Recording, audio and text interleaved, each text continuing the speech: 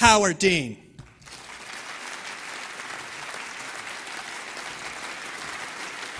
Thank you.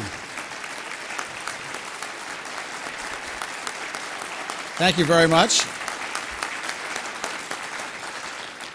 Patrick, Tom, thank you for your long help on this issue. I started this in January of this year, never imagining that we would be here 41 days from the expiration of the guarantee that President Maliki, Prime Minister Maliki has given us, 41 days from the potential execution of 3,500 unarmed people whom the United States has promised to defend.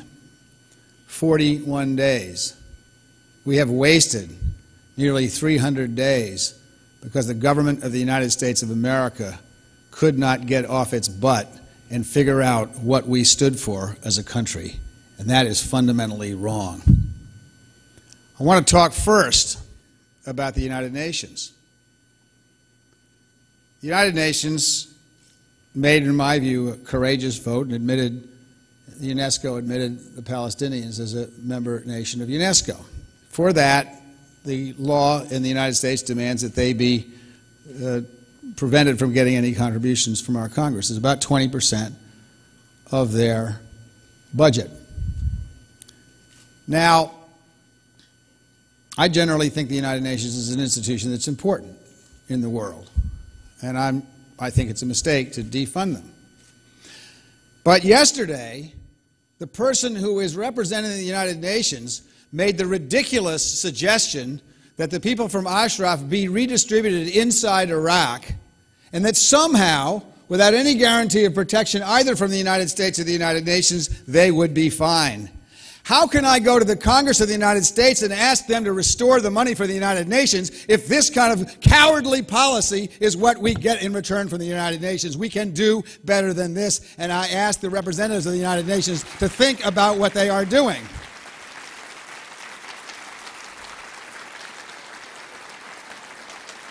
We expect, in return for our investment in the United Nations, we expect courage.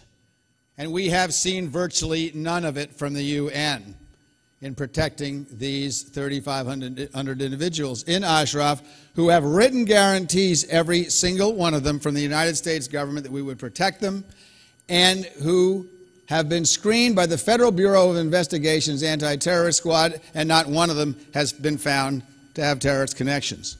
Explain to me, Martin Kobler, what rationale you give for what you have done, which is essentially to sign the execution okay for 3,500 unarmed civilians. That is not what the United Nations is supposed to be doing.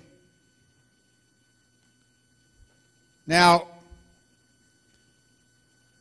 both Representative Kennedy and Secretary Ridge talked about the visit of Prime Minister Maliki that's to occur in the White House.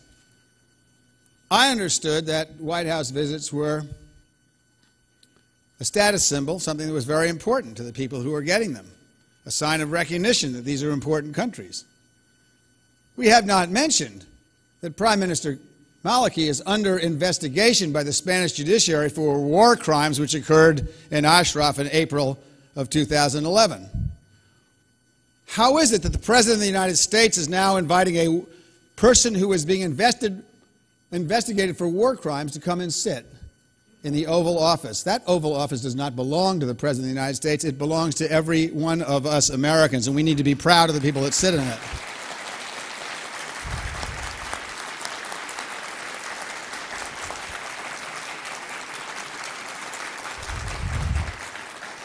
I don't believe we ought to create verdicts about people before they get tried. And the Prime Minister has not been tried for war crimes. But there is not any question that the Prime Minister sent Iraqi troops into Ashraf on April 8th of 2011, and that 36 Ashrafis, actually 38 because 2 died later because medical care was withheld, those people were murdered in cold blood by the troops that were sent by Prime Minister Maliki. That means that if that evidence turns out to be true, and I believe it is true, that he will in fact be convicted in the Spanish courts of war crimes. I believe that Nouri al-Maliki, the man who we enabled to be elected Prime Minister of Iraq, is a war criminal. And I believe that we do not, as an American people or as an American government, consort with war criminals. We may have to talk with war criminals from time to time. We should be talking with them about how we're going to save lives. And we have an obligation to save those lives. The United States government needs to pay attention. We get reassured that they are paying attention. It is not enough to say you are paying attention. We have 41 days left. When we started this out, we had 341 days left. 300 days have gone by where people have been paying attention. 3,500 unarmed people in the desert in Iraq, charged, told by the American government that they were going to be protected in writing. We have an obligation here. I understand that the ambassador has said, well, we want to be helpful, but we don't have a responsibility. Mr. Ambassador and Mr. President, we do have a responsibility. We gave our word and we gave it in writing. We have a responsibility. It is a legal responsibility. I do not want my country to be complicit in the carrying out of war crimes. As the Dutch found out in Srebrenica, people who turn the other way are complicit. Which brings me to the penultimate point. I don't know why the MEK is still on the terrorist list. There are some smart lawyers here who are going to, I'm sure, tell you that it shouldn't be, and I don't think it should be either, but I'm not a lawyer. We can debate or not whether I'm smart. But I do know that there is not much evidence that I can see. No one has presented evidence to the Congress. No one has presented evidence to the intelligence committees behind closed doors. No one has presented any evidence in public or private, as I understand from members of the Intelligence Committee, that the terrorist justification for the MEK is either justified or legal. So there's only one explanation, which is that somehow the administration believes that if we keep them on the terrorist list, that the mullahs will be nice to us. Well, first of all, this is a failed foreign policy. I know the State Department has a long history of defending their mistakes. They're 15 years old, and this is another example of it. Somehow in 1997, we thought the mullahs might not send IEDs and blow up our troops, create atomic weapons, subsidize terrorism in the Middle East and all over the rest of the world. Somehow we thought if only we'll designate and put them on the list, maybe the mullahs will be nice. It is 14 years later. I don't detect any niceness. In effect, we have ceded the creation of our foreign policy towards the nation of Iran to the mullahs who run Iran instead of the people who ought to be designing our State Department, which is the President, and our state policy, foreign policy, which is the President of the State Department. The mullahs appear to be running the foreign policy of the United States of America. Now, I'm in this for two reasons.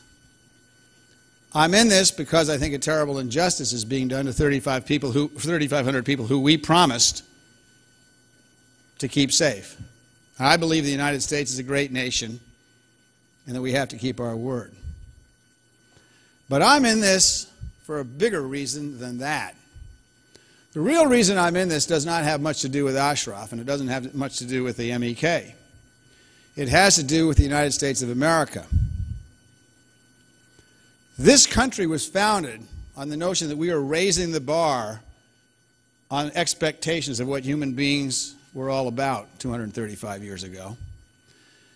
If you look at I'm not a big fan of this American exceptionalism stuff. I don't think Americans are better than Asians or South Americans or Africans or anybody else, but I do think we're an exceptional nation because of the content of our founding documents, the Declaration of Independence and the Constitution.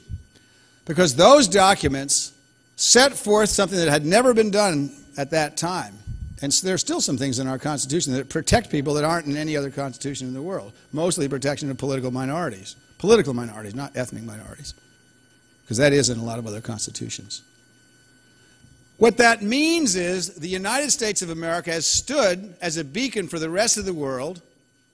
We don't always live up to our own standards, but we have a high standard of what our obligation is to our fellow man. The reason people have, even amidst our failings, admired the United States is because we were willing to expect more of ourselves as a nation. That is what is at stake here. How we are willing to act on what we can expect for ourselves. I am sure that when the 41 days passes, if harm comes to the people of Ashraf, you will get people in political places who will say, well, we didn't have enough time.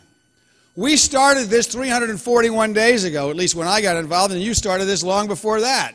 We have had enough time, but we have allowed the time to trickle through our fingers, and it is not acceptable. Mr. President, we need to act now, not just for the people in Ashraf, not just because we are wanting to stand up and have regime change in Iran. We need to act now because we are standing up for our own country when we stand up for the people in Ashraf. And if we fail to do that, we have not just been complicit in the murder of 3,500 people who we promised to defend. We are complicit in debasing our own country. And I do not believe that any American president ever should be part of that.